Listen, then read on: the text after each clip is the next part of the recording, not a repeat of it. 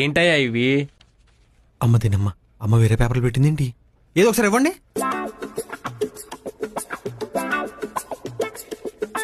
ఏంటంటారు ఏంటి sir certificates? ఇక్కడ దేనికి ఓపెనింగ్స్ జరుగుతున్నాయో తెలుసా? General physician. దాని క్వాలిఫికేషన్ ఏంటో తెలుసా? నా క్వాలిఫికేషన్ ఏంటో తెలుసా? B Pharmacy sir. అంటే కొన్ని సబ్జెక్టులు ఉన్నాయనుకోండి, మీరు ఉద్యోగం ఇచ్చారనుకోండి, ఇలా క్లియర్ చేసేస్తాను. రేయ్ సీను సార్, రేయ్ అప్లికెంట్స్ వస్తున్నప్పుడు వాళ్ళ మినిమం క్వాలిఫికేషన్ ఏంటో చూసుకోవా? ఇక్కడ నేను చూసుకోవాలా? వాళ్ళు చెప్పారు సార్, మీరే నాకు కొంచెం క్లోజ్ అని చెప్పాను. నేను నీకు క్లోజ్ ఏంట్రా? నేను చూడటమే ఫస్ట్ టైం. అలా అంటారేంటి?